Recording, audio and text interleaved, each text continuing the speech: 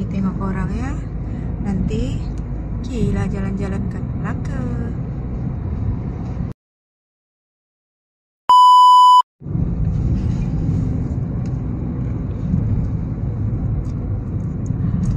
Dah masuk kita. Tadi tu dah tutup lah.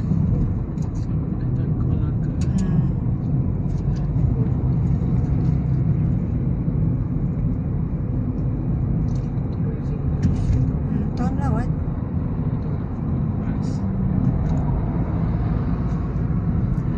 Assalamualaikum. Kita dah sampai di Melaka. Tu betul-betul nampak Melaka tadi.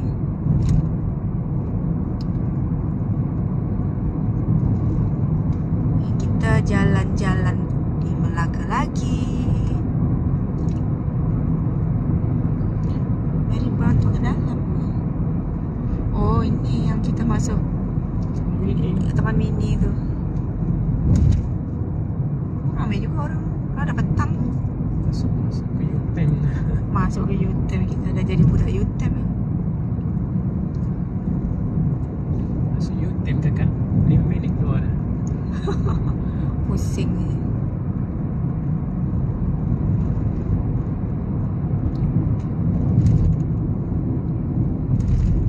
Zoo dah Taman Burung. Kalau Zoo Melaka ni ini malam tak ada, Taiping yang ada. Tak apalah cerita kalau apa pergi Taiping. Kalau malam sedap juga tu Taiping tu. Safari night.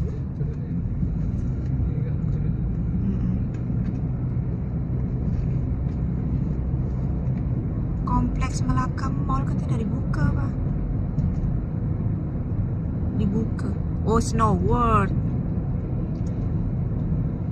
Buaya. Zoo. Ni zoo. Tak ada apa, orang dah keluar dah. Sunyi.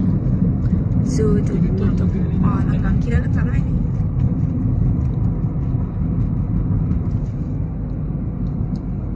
Ni dataran Agro. Tu dataran sejarah. Ni apa katanya? World Tourism Day 2021.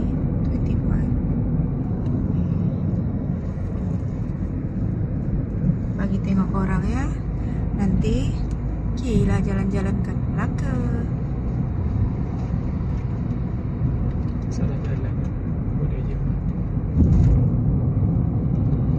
Biasa kan di bawah je. Sana main dia nak. MITC. Ya tu, apa main dia nak. Kalau time-time macam gini, kalau nak makan kena dekat mall lah bang. Kalau tak ada ini. Kalau gerai tak buka saja, kalau yang macam kita dulu yang pergi tu buka je. Pusing juga lah. Tengok ke Bandar Hilir nanti. Tengok.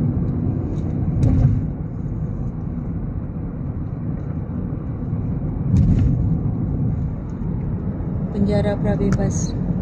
Tu.